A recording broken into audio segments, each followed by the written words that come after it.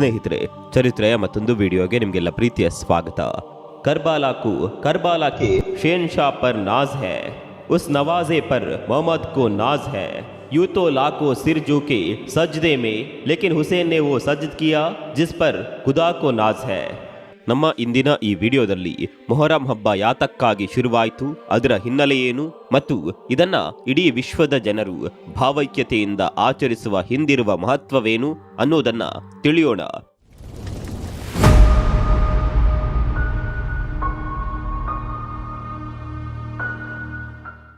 ಮೊಹರಂ ಹಬ್ಬವನ್ನ ವಿಶ್ವದಾದ್ಯಂತ ಮುಸಲ್ಮಾನರು ಆಚರಿಸ್ತಾರೆ.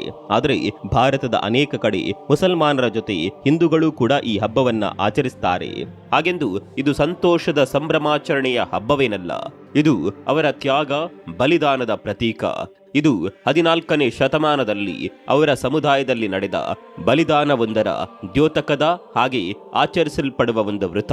ಇದನ್ನ ವಿಶ್ವದಾದ್ಯಂತ ಸುನ್ನಿ ಹಾಗೂ ಶಿಯಾ ಪಂಗಡದ ಮುಸಲ್ಮಾನರು ತಮ್ಮದೇ ರೀತಿಯಲ್ಲಿ ಆಚರಿಸ್ತಾರೆ. ಭಾರತದಲ್ಲೂ ಸಹ ಅನೇಕ ಕಡೆ ಇದನ್ನ ನಡೆಸ್ತಾರಾದರೂ ಇಲ್ಲಿ ಒಂದೊಂದು ಕಡೆ ಒಂದೊಂದು ರೀತಿ ಇದನ್ನ ಆಚರಿಸಲಾಗುತ್ತೆ. ಈ ದಿನದಂದು ಅನೇಕ ಮುಸಲ್ಮಾನರು ಸಾರ್ವಜನಿಕವಾಗಿ ತಮ್ಮ ದೇಹ ದಂಡಿಸಿಕೊಳ್ತಾರೆ. ಪುರುಷರು ಕಪ್ಪು ವಸ್ತ್ರ ಧರಿಸಿ ತಮ್ಮ ಮತಕ್ಕಾಗಿ ಬಲಿದಾನಗೊಂಡ ತಮ್ಮ ಪೂರ್ವಜರನ್ನ ಸ್ಮರಿಸಿಕೊಳ್ತಾರೆ. ಅವರಿಗೆ ಇವರೆಲ್ಲ ಸಾಮೂಹಿಕವಾಗಿ ಸಂತಾಪ ಸೂಚಿಸುವುದನ್ನೇ ಮಾತಾ ಎಂದು ಕರೆಯಲಾಗುತ್ತೆ. ಹಾಗೂ ಈ ಸಮಯದಲ್ಲಿ ಅವರ ಯಾರ ಕುಟುಂಬಗಳಲ್ಲೂ ಸಹ ಮದುವೆ ಮುಂತಾದ ಶುಭ ಹಾಗೂ ಖುಷಿಯ ಸಮಾಚಾರಗಳು ಏರ್ಪಡುವುದಿಲ್ಲ. ಹಾಗೂ ಯಾವುದೇ ಹೊಸ ವಸ್ತುಗಳನ್ನ ಸಹ ಇವರು ಖರೀದಿಸುವುದಿಲ್ಲ. ಎಷ್ಟೋ ಜನ ಈ ಸಮಯದಲ್ಲಿ ಮಾಂಸಾಹಾರವನ್ನ ಸಹ ಸೇವನೆ ಮಾಡುವುದಿಲ್ಲ. ಗಂಡು ಹೆಣ್ಣು ಪರಸ್ಪರ ಒಬ್ಬರನ್ನೊಬ್ಬರು ಮುಟ್ಟೋದು ಕೂಡ ಇಲ್ಲ. ಈ ವೃತದಂದು ಸಾರ್ವಜನಿಕವಾಗಿ ಎಲ್ಲರಿಗೂ ಕುಡಿಯುವ ನೀರಿನ ವ್ಯವಸ್ಥೆ ಮಾಡಲಾಗುತ್ತೆ. ಯಾಕಂದ್ರೆ ಈ ಹಿಂದೆ ನಡೆದ ಧರ್ಮ ಯುದ್ಧಗಳಲ್ಲಿ ಭಾಗಿಯಾದ ಇವರ ಪೂರ್ವಜ ಯೋಧರು ನೀರಿಗಾಗಿ ಹಂಬಲಿಸಿ ಪ್ರಾಣ ಬಿಟ್ಟ ಕುರುಹಿನ ನೆನಪಿಗಾಗಿ ಹೀಗೆ ಮಾಡಲಾಗುತ್ತದೆ. ಹಾಗೂ ಅನೇಕರು ಈ ಸಮಯದಲ್ಲಿ 108 ಸಲ ಬಿಸ್ಮಿಲ್ಲಾ ಎಂದು ಬರೆದರೆ ಅವರ 1 ವರ್ಷದ ಪಾಪಗಳೆಲ್ಲ ಕರಗಿ ಅವರ ಕಷ್ಟಗಳು ನೀಗುತ್ತೆಂಬ ನಂಬಿಕೆ ಇವರಲ್ಲಿ ಆಸು ಹೊಕ್ಕಾಗಿದೆ. ಸಾಮಾನ್ಯವಾಗಿ ಅರೇಬಿಕ್ ಕ್ಯಾಲೆಂಡರ್ನ 12 ತಿಂಗಳುಗಳಲ್ಲಿ 4 ತಿಂಗಳುಗಳನ್ನ ಪ್ರತ್ಯೇಕವೆಂದು ಭಾವಿಸಲಾಗುತ್ತದೆ. ಅವ್ಯಾವುವು ಅಂದ್ರೆ, ಮೊದಲನೆಯದ್ದು ಧೂ ಅಲ್ ಕದಾ, ಎರಡನೆಯದ್ದು ಧೂ ಅಲ್ ಹಿಜ್ಜಾ, ಮೂರನೆಯದ್ದು ಮೊಹರಂ ಹಾಗೂ 4ನೆಯದ್ದು ರಜಾಬ್ ಎಂದು. ಈ ಹಿಂದೆ ಸಾಕಷ್ಟು ವರ್ಷಗಳ ಮುನ್ನ ಅರೇಬಿಯಾದಲ್ಲಿದ್ದ ಮುಸಲ್ಮಾನರು ಹಾಗೂ ಕ್ರೈಸ್ತರು ಸಹ ಈ ಅರೇಬಿಕ್ ಕ್ಯಾಲೆಂಡರ್ ಅನ್ನೇ ಅನುಸರಿಸ್ತಾ ಇದ್ರು. ಈ ಮೊಹರಂನ ಸಮಯವು ಅವರ ಮತದ ಪ್ರಕಾರ ಅತ್ಯಂತ ಪವಿತ್ರವಾದದೆಂದು ಭಾವಿಸಲಾಗುತ್ತದೆ. ಅವರಲ್ಲಿ ಮೊದಲು ಬರುವ ರಂಜಾನ್ನ ಪವಿತ್ರ ಉಪವಾಸದ ಬಳಿಕ ಬರುವ ಈ ಮೊಹರಂನ ಉಪವಾಸವೂ ಸಹ ಅತ್ಯಂತ ಪೂಜನೀಯ ಹಾಗೂ ಪವಿತ್ರವೆಂದು ಪರಿಗಣಿತವಾಗಿದೆ. ಈ ಮೊಹರಂನ ದಿನಗಳನ್ನ ಅಶುರ ಎನ್ನುತ್ತಾರೆ. ಈ ಅಶುರದ ದಿನ ಪ್ರತ್ಯೇಕವಾಗಿ ಉಪವಾಸ ಮಾಡಿದರೆ ಸಕಲ ಪಾಪಗಳು ಸಹ ಕಳೆದು ಹೋಗಿ ವ್ಯಕ್ತಿಗೆ ಮೋಕ್ಷ ಹಾಗೂ ಅಲ್ಲಾಹನ ಕೃಪೆ ದೊರೆಯುತ್ತೆಂಬ ನಂಬಿಕೆಯು ಗಾಢವಾಗಿದೆ. ಇಸ್ಲಾಂ ಮತದ ಸ್ಥಾಪಕರಾದ ಪ್ರೊಫೆಟ್ ಮಹಮ್ಮದ್ ಅವರು ಹೇಳಿದಂತೆ ಜನರು ಪ್ರಜಾಸ್ವಾಮ್ಯತೆಯನ್ನ ಆರಿಸಿಕೊಂಡು ಈ ಕ್ರಮದ ಪ್ರಕಾರವೇ ತಮ್ಮ ಪ್ರತಿನಿಧಿ ಅಂದ್ರೆ ಖಲೀಫರನ್ನ ಆಯ್ಕೆ ಮಾಡಬೇಕು. ಹಜರತ್ ಅಬೂಬಕರ್, ಶೇಖ್ ಸಿದ್ದಿಕ್, ಹಜರತ್ ಉಸ್ಮಾನ್, ಹಜರತ್ ಅಲಿ ಮುಂತಾದ ಇಸ್ಲಾಂ ಮತದಲ್ಲಿ ಬರುವ ಈ ಪ್ರತಿನಿಧಿಗಳು ಸಂಪೂರ್ಣ ಪ್ರಜಾ ಸ್ವಾಯತ್ತತೆಯ ವ್ಯವಸ್ಥೆಯ ಮೇಲೆ ಜನರಿಂದಲೇ ಆಯ್ಕೆಯಾದವರು. ಇನ್ನು ಮೊಹಮ್ಮದ್ ಪೈಗಂಬರ್ ಅವರ ಮೊಮ್ಮಕ್ಕಳಾದ ಹಸೇನ್ ಹುಸೇನ್ ಅವರು ನಂಬಿದ್ದ ಜನರಿಗಾಗಿ ಮಾಡಿದ ತ್ಯಾಗ ಬಲಿದಾನದ ಬಗ್ಗೆ ನೋಡಿದ್ರೆ ಎಂತವರ ಕಣ್ಣಲ್ಲೂ ಕಂಬನಿಯಾಡದೆ ಇರದು. ಮೊಹರಂ ಹಬ್ಬ ನಡೆಯುವ 12 ದಿನಗಳವರೆಗೂ ಶರಣರ ಪಂಜುಗಳನ್ನಿಟ್ಟು ಪೂಜಿಸುವ ಹಿನ್ನೆಲೆ ಅತಿ ಸೂಕ್ಷ್ಮವಾದದ್ದು. ಮೊಹಮ್ಮದ್ ಪೈಗಂಬರ್ ಅವರು ಸತ್ಯನಿಷ್ಠರು, ನ್ಯಾಯವಂತರು, ನ್ಯಾಯಸಂತರು, ಸದ್ಗುಣಗಳನ್ನ ಹೊಂದಿದವರು. ಇವರ ಸುಪುತ್ರಿಯೇ ಬೀಬಿ ಫಾತಿಮಾ ಅವರು. ಮೊಹಮ್ಮದ್ ಪೈಗಂಬರ್ ಅವರು ತನ್ನ ಮಗಳಿಗೆ ತಕ್ಕ ವರನನ್ನ ಹುಡುಕಿ ಸಜ್ಜನ, ಸದಾಚಾರಿ, ಶೌರ್ಯವಂತನೂ ಆದ ಹಜರತ್ ಮೌಲಾ ಅಲಿಯೊಂದಿಗೆ ಮಗಳ ಮದುವೆಯನ್ನ ಮಾಡ್ತಾರೆ. ಇವರ ಪುಣ್ಯ ಗರ್ಭದಲ್ಲಿ ಜನಿಸಿದವರೇ ಹಸೇನ್ ಹಾಗೂ ಹುಸೇನ್ ಅವರು. ಮೌಲಾ ಅಲಿ ಅವರು ಸುಜ್ಞಾನದ ಮಹಾದ್ವಾರ ಎನಿಸಿಕೊಂಡವರು. ಮನೆಯಲ್ಲಿ ಕಿತ್ತು ತಿನ್ನುವ ಬಡತನವಿದ್ರು ಇತರರ ಕಷ್ಟಗಳಿಗೆ ತುಡಿಯುತ್ತಿದ್ದವರು. ಅಂತಹ ಗುಣಗಳನ್ನೇ ಮೇಳೈಸಿಕೊಂಡು ಸನ್ಮಾರ್ಗದಲ್ಲಿ ನಡೆದವರೇ ಈ ಇಬ್ಬರು ಮಕ್ಕಳು ಹುಸೇನ್ ಹಾಗೂ ಹಸೇನ್. ಇಂತಹ ಗುಣವಂತರ ಸದಾ ಇತರರ ಒಳಿತನ್ನೇ ಬಯಸುತ್ತಿದ್ದ ಹುಸೇನರ ಅಂತ್ಯ ಯಾವ ಕುತಂತ್ರದಿಂದ ನಡೆಯಿತು? ತನ್ನ ತಾತ ಮೊಹಮ್ಮದ್ ಪೈಗಂಬರ್ ಅವರ ಗುಣಗಳನ್ನೇ ಹೋಲುತ್ತಿದ್ದ ಇವರು ಅವರ ಸಾವಲ್ಲೂ ತಮ್ಮವರು ನೆನಪಿಸುವಂತೆ ಹೋರಾಡಿ ವೀರ ಮರಣ ಹೊಂದಿದವರು. ಇನ್ಮುಂದೆ ಮೊಹರಂ ಹಬ್ಬದ ಹಿನ್ನೆಲೆಯನ್ನ ನೋಡ್ತಾ ಹೋಗೋಣ ಬನ್ನಿ. ಚರಿತ್ರೆಯಲ್ಲಿ ದಾಖಲಾದ ಒಂದು ರಕ್ತ ಸಿಕ್ತ ಹಿನ್ನೆಲೆ ಇರುವ ಕರ್ಬಲ ಕಥನ ಅಥವಾ ಸಂಘರ್ಷವು 7ನೇ ಶತಮಾನದಲ್ಲಿ ಅಂದ್ರೆ ಕ್ರಿಸ್ತಶಕ 680ರಲ್ಲಿ ಅರಬ್ಬರ ಕರ್ಬಲಾ ಎನ್ನುವಂತಹ ಪ್ರದೇಶದಲ್ಲಿ ನಡೆದ ದಾಯಾದಿ ಸಂಘರ್ಷದಲ್ಲಿ ಹುತಾತ್ಮರಾದ ವ್ಯಕ್ತಿಗಳ ನೆನಪಿಗಾಗಿ ನಡೆಯುವಂತ ಹಬ್ಬವೇ ಈ ಮೊಹರಂ. ಮೊಹರಂ ಅಂದ್ರೆ ನಿಷಿದ್ಧ ಎಂದರ್ಥ. ಇದು ಮುಸಲ್ಮಾನರ ಮೊಟ್ಟ ಮೊದಲ ತಿಂಗಳು. ಮೊಹರಂ ಹಬ್ಬವನ್ನ ಪಿರಲ್ ಹಬ್ಬ, ಹಾಲಾದಿ ಹಬ್ಬ ಹಾಗೆ ಮೊಹರಂ ಅಂತಲೂ ಕರೀತಾರೆ. ಈ ಹಬ್ಬ ಭಾರತದಲ್ಲಿ ಹಿಂದೂ ಮುಸ್ಲಿಮರ ಭಾವೈಕ್ಯತೆಯನ್ನ ಬೆಸೆದಿದೆ. ಅದಕ್ಕಾಗಿ ಇದನ್ನ ಭಾವೈಕ್ಯತೆಯ ಹಬ್ಬವೆಂದೇ ಕರೀತಾರೆ. ಈ ಹಬ್ಬವನ್ನ ಭಾರತದಲ್ಲಿ ಪ್ರಮುಖವಾಗಿ ಕರ್ನಾಟಕ, ಆಂಧ್ರ ಪ್ರದೇಶ ಹಾಗೂ ಕೇರಳ ರಾಜ್ಯಗಳಲ್ಲಿ ಆಚರಿಸಲಾಗುತ್ತದೆ. ಮುಸಲ್ಮಾನರಲ್ಲಿ ಪ್ರಮುಖವಾಗಿ ರಂಜಾನ್, ಬಕ್ರೀದ್ ಹಾಗೂ ಮೊಹರಂ ಹಬ್ಬವನ್ನ ಆಚರಿಸ್ತಾರೆ. ಆದರೆ ಬಕ್ರೀದ್ ರಂಜಾನ್ಗಿಂತ ಮುಖ್ಯವಾದ ಹಬ್ಬವೆಂದರೆ ಅದು ಮೊಹರಂ. ಯಾಕಂದ್ರೆ ಹಿಂದೂ ಮುಸಲ್ಮಾನರು ಒಂದುಗೂಡಿ ಮಾಡುವಂತಹ ಭಾವೈಕ್ಯತೆಯನ್ನ ಮೆರೆಸುವಂತಹ ಹಬ್ಬ ಇದಾಗಿದೆ. ಇದು ಮೊಟ್ಟ ಮೊದಲ ಬಾರಿಗೆ ಭಾರತಕ್ಕೆ ಯಾವಾಗ ಬಂತೆಂದ್ರೆ 14ನೇ ಶತಮಾನದಲ್ಲಿ. ಶ್ರಮಜೀವಿಗಳೆಲ್ಲ ಒಟ್ಟುಗೂಡಿ ಹಿಂದೂ ಮುಸಲ್ಮಾನರೆಂಬ ಭೇದವಿಲ್ಲದೆ ಎಲ್ಲರೂ ಸೇರಿ ಒಗ್ಗಟ್ಟಿನಿಂದ ಆಚರಿಸುವ ಹಬ್ಬ. 14ನೇ ಶತಮಾನದಲ್ಲಿ ತೈಮೂರು ಲಂಗ ಎಂಬುವವನು ಭಾರತದ ಮೇಲೆ ದಾಳಿ ಮಾಡಿದ್ದ. ಇವನು ಮೊಟ್ಟ ಮೊದಲ ಬಾರಿಗೆ ಈ ಹಬ್ಬವನ್ನ ಭಾರತಕ್ಕೆ ಪರಿಚಯಿಸ್ತಾನೆ. ಈ ತೈಮೂರ್ ಲಂಗ ಎಂಬುವವನು ಕರ್ಬಾಲಾಗೆ ಹೋಗಿ ಅಲ್ಲಿದ್ದ ಹುಸೇನನ ಗೋರಿಯನ್ನ ಸಂದರ್ಶನ ಮಾಡಿ ಈ ಗೋರಿಯ ರೂಪದ ಆಕೃತಿಯನ್ನ ಮೆರವಣಿಗೆ ಮಾಡಲೆಂದು ಒಂದು ಹಬ್ಬವನ್ನ ಆಚರಿಸಿದ. ಅದುವೇ ಮೊಹರಂ ಹಬ್ಬ. ಅರಬ್ಬಿನಿಂದ ಬಂದಂತಹ ವಿದ್ವಾಂಸರು, ಸುಲ್ತಾನರು, ಸೈನಿಕರು ಮತ್ತು ವ್ಯಾಪಾರಸ್ಥರು ಈ ಹಬ್ಬವನ್ನ ಭಾರತದ ಎಲ್ಲೆಡೆ ಪ್ರಸರಿಸಿದ್ರು. ಮೊದಲಿಗೆ ಉತ್ತರ ಭಾರತದಲ್ಲಿ ತುಘಲಕ್ರ ಕಾಲದಲ್ಲಿ ಈ ಹಬ್ಬದ ಆಚರಣೆ ಆರಂಭವಾಯಿತು.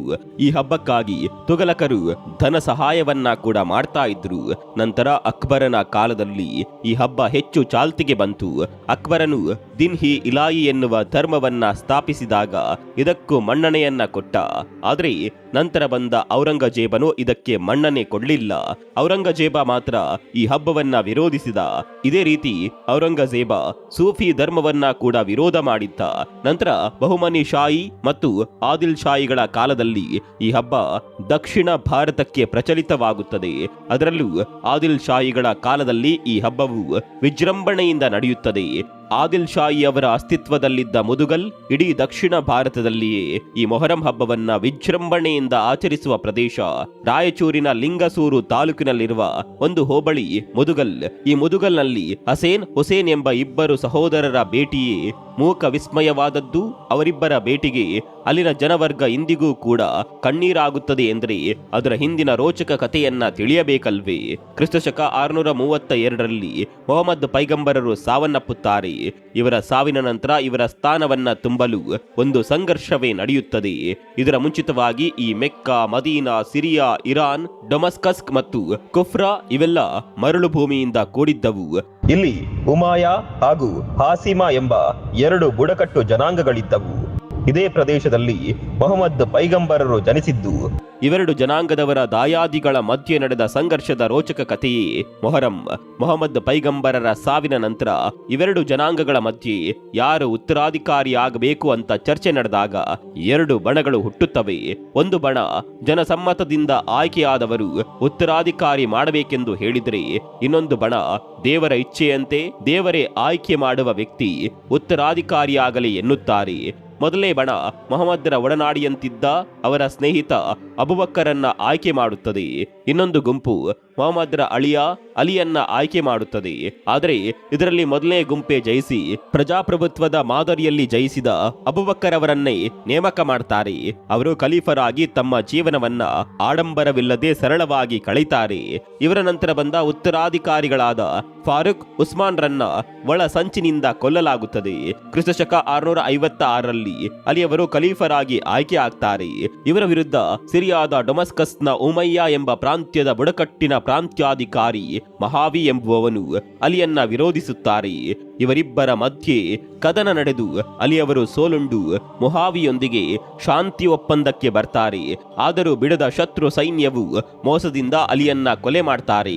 ಅಂದು ಶುಕ್ರವಾರವಾಗಿದ್ದರಿಂದ ಮಧ್ಯಾಹ್ನದಂದು ನಮಾಜ್ ಮಾಡುವ ಸಲುವಾಗಿ ಶತ್ರುಗಳನ್ನ ಸ್ವಲ್ಪ ಸಮಯ ಬೇಕೆಂದು ಅಲಿ ವಿನಂತಿಸಿಕೊಂಡ್ರು. ಸರಿ ಎಂದು ಅವರಿಗೆ ಸಮ್ಮತಿಸಿದ ಶತ್ರು ಪಡೆ ಅವರ ಬೆನ್ನಿಗೆ ಇರಿಯಲು ಕಾದು ನಿಂತಿತು. ಇತ್ತ ಅವರನ್ನ ನಂಬಿ ನಮಾಜ್ನಲ್ಲಿ ತೊಡಗಿದ ಅಲಿಯನ್ನ ಶತ್ರುಪಡೆಯು ಅವರು ಪ್ರಾರ್ಥನಾ ನಿರತರಾಗಿದ್ದಾಗಲೇ ಅನ್ಯಾಯವಾಗಿ ಮೋಸದಿಂದ ಬರ್ಬರವಾಗಿ ಕೊಂದು ಹಾಕಿತು. ಹೀಗೆ 4ನೇ ಖಲೀಫನಾದ ಅಲಿ ಅವರ ಸಾವಿನ ನಂತರ ಅವರ ಮಗನಾದ ಹಸೇನ್ 5ನೇ ಖಲೀಫನಾಗಿ ಬರ್ತಾರೆ. ಅದನ್ನ ಕೂಡ ಮುಹಾವಿ ವಿರೋಧಿಸುತ್ತಾನೆ. ಹೇಗಾದರೂ ಸರಿ ಈ ಇಮಾಮ್ ಹಸೇನ್ ರನ್ನ ಅಧಿಕಾರದಿಂದ ಕೆಳಗಿಳಿಸಿ ತಾನೇ ಜನರ ಪ್ರತಿನಿಧಿಯಾಗಬೇಕೆಂದು ಆಶಿಸುತ್ತಾನೆ.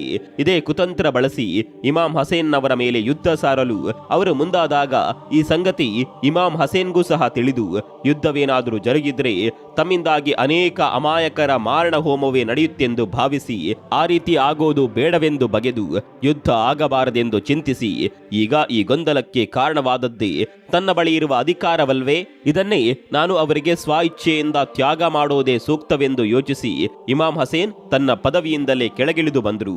ಇಮಾಮ್ ಅಧಿಕಾರದಾಸೆಗೆ ಬಲಿಯಾಗದೆ ವಿವೇಚನೆಯಿಂದ ಹಾಗೂ ಉದಾರ ಹೃದಯದಿಂದ ಈ ತ್ಯಾಗ ಮಾಡಿದ್ರೂ ಸಹ ಅದರಿಂದ ತೃಪ್ತರಾಗದ ಅವರ ಹಿತಶತ್ರುಗಳು ತಕ್ಕ ಸಮಯಕ್ಕಾಗಿ ಕಾದು ಇಮಾಮ್ ಹಸೇನ್ಗೆ ಕೆಲ ದಿನಗಳ ನಂತರ ವಿಷಪ್ರಯೋಗ ಮಾಡಿದ್ದರ ಪರಿಣಾಮ ಇಮಾಮ್ ಹಸೇನ್ ಅದರ ತೀಕ್ಷ್ಣತೆಗೆ ಸೋತು ಅಸುನೀಗುತ್ತಾರೆ. ಸಾಯುವ ಮೊದಲು ಮತ್ತೆ ಈ ಕದನ ಬೇಡವೆಂದು ಬಗೆದ ಹಸೇನ್ ಆ ಖಲೀಫಾ ಪಟ್ಟವನ್ನ ಮುಹಾವಿಗೆ ಬಿಟ್ಟುಕೊಡಲು ಒಂದು ಕರಾರು ಮಾಡುತ್ತಾನೆ. ಅದೇನೆಂದರೆ ಯಾರೇ ಖಲೀಫರಾಗಿ ಬಂದರೂ ಅವರನ್ನ ಜನರೇ ಆಯ್ಕೆ ಮಾಡಬೇಕು ಎಂಬುದು. ಇದಕ್ಕೆ ಮುಹಾವಿಯು ಒಪ್ಪಿ ಖಲೀಫನಾಗುತ್ತಾನೆ. ಸತತ 20 ವರ್ಷಗಳ ಕಾಲ ಮುಹಾವಿ ಖಲೀಫನಾಗಿದ್ದು ನಂತರ ಪುತ್ರ ವ್ಯಾಮೋಹಕ್ಕೆ ಬಲಿಯಾಗಿ ಜನರ ಆಯ್ಕೆಯನ್ನ ತಿರಸ್ಕರಿಸಿ ತನ್ನ ಮಗನಾದ ಯಾಜಿದ್ಗೆ ಪಟ್ಟವನ್ನ ಕಟ್ತಾನೆ. ಈ ಯಾಜಿದ್ ಅಲ್ಲಿನ ಮೆಕ್ಕಾ, ಮದೀನಾ, ಕೂಫಾ ಜನತೆಯನ್ನ ಉದ್ದೇಶಿಸಿ ಒಂದು ಪತ್ರವನ್ನ ಬರೆದು ತನ್ನನ್ನು ಒಪ್ಪಿಕೊಳ್ಳುವಂತೆ ಆ ಪತ್ರದಲ್ಲಿ ಸೂಚಿಸುತ್ತಾನೆ. ಆದರೆ ಇದಕ್ಕೆ ಯಾರ ಸಮ್ಮತಿಯೂ ಸಿಗೋದಿಲ್ಲ. ಕೂಫಾದ ಜನ ಮದೀನದಲ್ಲಿರುವ ಅಲಿಯವರ 2ನೇ ಮಗ ಇಮಾಮ್ ಹುಸೇನ್ಗೆ ಪತ್ರ ಬರೆದು ನೀನು ಇಲ್ಲಿಗೆ ಬಂದು ಖಲೀಫಾಗಿರಿಯನ್ನ ಮುಂದುವರಿಸು, ಯಾಕಂದ್ರೆ ಇದು ನಿಮ್ಮ ವಂಶಕ್ಕೆ ಸೇರಿದ್ದು ಎಂದು ಮನವಿಯನ್ನ ಮಾಡ್ತಾರೆ. ಅವರ ಮನವಿಯನ್ನ ತಿರಸ್ಕರಿಸಲಾಗದ ಹುಸೇನ್ ತನ್ನ 72 ಜನ ಸಹಚರರೊಂದಿಗೆ ಕೂಫಾ ನಗರಕ್ಕೆ ಹೊರಡಲು ಅನುವಾಗಲು ಅಲ್ಲಿನ ಜನ ಅವನನ್ನ ಎಚ್ಚರಿಸುತ್ತಾರೆ. ಆದರೂ ಸಹ ಒಳಿತಿಗಾಗಿ ಹೋಗಲು ನಿರ್ಧರಿಸಿ ತನ್ನ ಸಹಚರರ ಜೊತೆಗೆ ಕೂಫಾಗೆ ತೆರಳುತ್ತಾರೆ.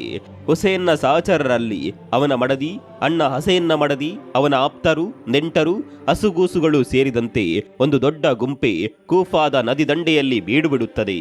ಕೂಫಾ ನಗರದ ರಾಯಭಾರಿ ಜಿಯಾದ್ ಇವರಿಗೆ ಆ ನದಿ ನೀರನ್ನ ಕೂಡ ಮುಟ್ಟಲು ಸಹ ಬಿಡದೆ ನಿರ್ಬಂಧನೆಯನ್ನ ಮಾಡ್ತಾನೆ. ಇದರಿಂದ ಕಷ್ಟಕ್ಕೆ ಈಡಾದ ಹುಸೇನ್ ಮತ್ತು ಅವನ ಸಹಚರರು ಆ ಮರಳುಗಾಡಿನಲ್ಲಿ ಕುಡಿಯಲು ನೀರು ಸಿಗದೆ ನರಳುತ್ತಾರೆ. ಇದಕ್ಕೆ ಧೃತಿಗೆಡದ ಹುಸೇನ್ ಕೂಫಾ ನಗರದ ಜನರ ಒತ್ತಾಸೆಗೆ ನೆರವಾಗಲೇಬೇಕೆಂದು ಮುಂದೆ ಸಾಕ್ತಾನೆ. ನಂತರ ಜಿಯಾದ್ ಇವರಿಗೆ ಒಂದು ನಿರ್ಬಂಧನೆಯ ಪತ್ರ ಕಳಿಸ್ತಾನೆ. ಅವರ ಆಜ್ಞೆಗೆ ಒಪ್ಪದ ಹುಸೇನ್ನ ಮೇಲೆ ಜಿಯಾದ್ ಯುದ್ಧವನ್ನ ಸಾರ್ತಾನೆ. ಕ್ರಿಸ್ತಶಕ 680ರಲ್ಲಿ ಯುದ್ಧ ಶುರುವಾಗುತ್ತೆ. ಈ ಕದನದಲ್ಲಿ ಅನೇಕ ಯೋಧರು ಕೂಡಿದಂತೆ ಚಿಕ್ಕ ಮಕ್ಕಳು ಕೂಡ ಅಸುನೀಗುತ್ತಾರೆ. ಯುದ್ಧದ 10ನೇ ದಿನದಂದು ಶಮರ ಎಂಬುವವನು ಹುಸೇನ್ನನ್ನ ಕೊಲ್ಲುತ್ತಾನೆ. ಶಮರ ಹುಸೇನ್ ರುಂಡವನ್ನ ತೆಗೆದುಕೊಂಡು ಡೊಮೆಸ್ಕ್ನ ಯಾಜೀದನ ಆಸ್ಥಾನಕ್ಕೆ ಹೋಗುತ್ತಾನೆ.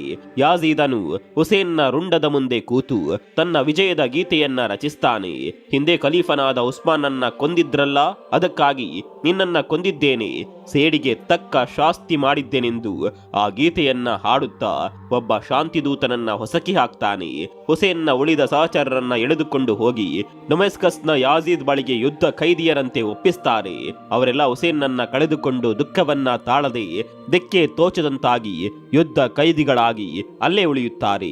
ಹಲವು ದಿನಗಳ ನಂತರ ಬಿಡುಗಡೆಗೊಂಡ ಅವರು ಮದೀನಕ್ಕೆ ವಾಪಸ್ಸಾಗಿ ತಮ್ಮ ಬಳಗವನ್ನ ಸೇರಿಕೊಂಡು ಕೂಫಾದಲ್ಲಿ ನಡೆದ ಘೋರವಾದ ರಕ್ತ ಸಿಕ್ತ ಯುದ್ಧದ ಬಗ್ಗೆ ಹುಸೇನ್ನನ್ನ ಕೊಂದ ಬಗೆಯನ್ನ ವಿವರಿಸ್ತಾರೆ. ಹುಸೇನನು ನದಿಯಿಂದ ನೀರನ್ನ ತರುವಾಗ ಅವನ ಕೈಯನ್ನ ಕಡಿತಾರೆ, ಹಾಗೆ ಅವನು ಓಡುತ್ತಿರುವ ಕಾಲನ್ನ ಕಡಿಯುತ್ತಾರೆ. ಕೊನೆಗೆ ಅವನ ರುಂಡವನ್ನೇ ಕತ್ತರಿಸ್ತಾರೆ. ಇಷ್ಟು ಕ್ರೂರವಾಗಿ ಉಮಯ್ಯ ಬುಡಕಟ್ಟಿನವರು ಆಸೀಮ ಎಂಬ ಬುಡಕಟ್ಟಿನ ಮೇಲೆ ಸೇಡು ತೀರಿಸಿಕೊಂಡಾಗ ಅದನ್ನ ಕೇಳಿದ ಮದೀನದ ಜನತೆಯ ರಕ್ತ ಕುದಿಯುತ್ತದೆ. ಇದರಿಂದ ಮತ್ತೆ ಯುದ್ಧ ಶುರುವಾಗುತ್ತೆ. ಮದೀನದ ಮೊಹಮ್ಮದ್ ಹನೀಫ್ ಎಂಬುವವರ ನೇತೃತ್ವದಲ್ಲಿ ಅಲ್ಲಿನ ಜನ ಡೊಮೆಸ್ಕಸ್ಗೆ ಬಂದು ಯಾಜೀದ್ನನ್ನ ಕೊಂದು ಹಾಕ್ತಾರೆ. ಅಲ್ಲಿಗೆ ಖಲೀಫರ ದುರಂತ ಅಧ್ಯಾಯ ಕರ್ಬಲ ಕದನದಿಂದ ಕೊನೆಗೊಳ್ಳುತ್ತದೆ. ಕರ್ಬಾಲಾದಲ್ಲಿ ವೀರ ಮರಣವನ್ನ ಹೊಂದಿದ ಹುಸೇನ್ನ ಗೋರಿಯ ಪ್ರತಿಕೃತಿಯ ಜೊತೆಗೆ ಅಲ್ಲಿ ಹುತಾತ್ಮರಾದ ಜನರನ್ನ ನೆನೆಯುತ್ತಾ ತಾಜಿಯವನ್ನ ತೈಮೂರ್ ಪ್ರಾರಂಭಿಸಿದ್ರು. ಅಂದ್ರೆ ಹುಸೇನ್ನನ್ನ ಮೆರವಣಿಗೆ ಮಾಡುತ್ತಾ ಶೋಕಾಚರಣೆ ಮಾಡುವುದು. ಹುಸೇನನ ಕತ್ತರಿಸಲಾದ ಹಸ್ತದ ಪ್ರತೀಕವಾಗಿ ಮಸೀದಿಗಳಲ್ಲಿ ಅಲಾಂ ಅಂದ್ರೆ ಪಂಜವನ್ನ ಬೆಳಗಿಸಿ ಅದರಲ್ಲಿ ನ್ಯಾಯ ನಿಷ್ಠೆಗೆ ಪ್ರತೀಕವಾದ ಹುಸೇನ್ನನ್ನ ಕಾಣ್ತಾರೆ. ಈ ಎಲ್ಲ ಆಚರಣೆಗಳ ಸಂಕೇತವೇ ಯುದ್ಧದಲ್ಲಿ ಹುಸೇನ್ನನ್ನ ಕಳೆದುಕೊಂಡ್ರೂ ಅವನು ಅನಂತ ಎಂದು ಭಾವಿಸಿ ಹಬ್ಬವನ್ನ ಆಚರಿಸುವುದು. ಹೀಗೆ ಅವರು ಪ್ರತಿ ವರ್ಷವೂ ಇದನ್ನ ಮಾಡ್ತಾ ಬರ್ತಾರೆ. ಈ ಒಂದು ಆರಂಭವೇ ಮೊಹರಂ ಆಯಿತು. ಈ ಹಬ್ಬ ಶುರುವಾಗಲು ಮೂಲ ಕಾರಣ ಹುಸೇನ್ನ ಅನುಯಾಯಿಗಳು ಅವರು ಹುತಾತ್ಮರಾದಂತಹ ಯೋಧರ ಖಲೀಫರ ನೆನಪಿನಲ್ಲಿ ಶೋಕಾಚರಣೆ ಮೆರವಣಿಗೆಯನ್ನ ಶುರು ಮಾಡಿದ್ರು. ಪತಾಕ ಚಿಹ್ನೆಗಳು ಅಲಾಂಗಳನ್ನ ಬಳಸಿದ್ರು. ಕರ್ಬಾಲದಲ್ಲಿ ಹುತಾತ್ಮನಾದ ಹುಸೇನ್ ಹಾಗೂ 5ನೇ ಖಲೀಫನಾಗಿ ಅಸುನೀಗಿದ್ದ ಹಸೇನ್ನ ನೆನಪಿನಲ್ಲಿ ಯಾರು ಈ ಶೋಕಾಚರಣೆಯನ್ನ ಕೈಗೊಂಡರು ಅವರನ್ನೇ ಶಿಯಾಗಳೆಂದು ಕರೀತಾರೆ. ಇದನ್ನೆಲ್ಲ ವಿರೋಧಿಸುವ ಇನ್ನೊಂದು ಗುಂಪು ಸುನ್ನಿಗಳೆಂದು ಕರೀತಾರೆ. ಇಬ್ಬರ ನಡುವೆ ಅದೇನೇ ಭಿನ್ನಾಭಿಪ್ರಾಯಗಳಿದ್ರು ಅದನ್ನೆಲ್ಲ ಮರೆತು ಇಂದಿಗೂ ಈ ಹಬ್ಬವನ್ನ ಎಲ್ಲೆಡೆ ಬಾಂಧವ್ಯದಿಂದ ಆಚರಿಸಲಾಗುತ್ತೆ. ಇಂತಹ ಒಂದು ಹಿನ್ನೆಲೆ ಇರುವ ಹಬ್ಬವೇ ಮೊಹರಂ. ಈ ರೀತಿ 10 ದಿನಗಳ ಕಾಲ ತನ್ನವರಿಗಾಗಿ ನಿಂತು ಹೋರಾಡಿ ಶತ್ರುಗಳ ವಂಚನೆಗೆ ಸಿಲುಕಿ ವೀರ ಮರಣ ಹೊಂದಿದ ಈತನನ್ನ ವಿಶ್ವದ ಮುಸಲ್ಮಾನರೆಲ್ಲರೂ ಇಂದಿಗೂ ಸಹ ವೀರ ಹಾಗೂ ಪವಿತ್ರ ಹುತಾತ್ಮನೆಂದೇ ಭಾವಿಸಿ ಅವನ ನೋವಿನ ನೆನಪಿಗಾಗಿ 10 ದಿನಗಳ ಈ ಮೊಹರಂನ ಕಡೆಯ ದಿನವನ್ನ ಶೋಕದಿಂದ ಆಚರಿಸ್ತಾರೆ. ಇದು ಅವರ್ಯಾರಿಗೂ ಖುಷಿಯ ಸಂಗತಿಯಲ್ಲ. ತನ್ನ ಮತದ ವೀರ ಹಾಗೂ ಸಹೃದಯಿಯೊಬ್ಬ ಶತ್ರುಗಳ ವಂಚನೆಗೆ ಸೋತು ತನ್ನನ್ನು ತಾನೇ ಅರ್ಪಿಸಿಕೊಂಡಂತಹ ಮಹಾನ್ ತ್ಯಾಗ ಬಲಿದಾನದ ದಿನದ ಸಂಕೇತವೇ ಈ ಮೊಹರಂ. ಈ ಮೊಹರಂ ಹಬ್ಬದ ಆಚರಣೆಯ ಬಗ್ಗೆ ನಿಮ್ಗೇನನ್ಸುತ್ತೆ ಅನ್ನೋದನ್ನ ಕಾಮೆಂಟ್ ಮಾಡಿ. ಮುಂದಿನ ವಿಡಿಯೋದಲ್ಲಿ ಸಿಗೋಣ. ಅಲ್ಲಿವರೆಗೂ ನಮಸ್ಕಾರ.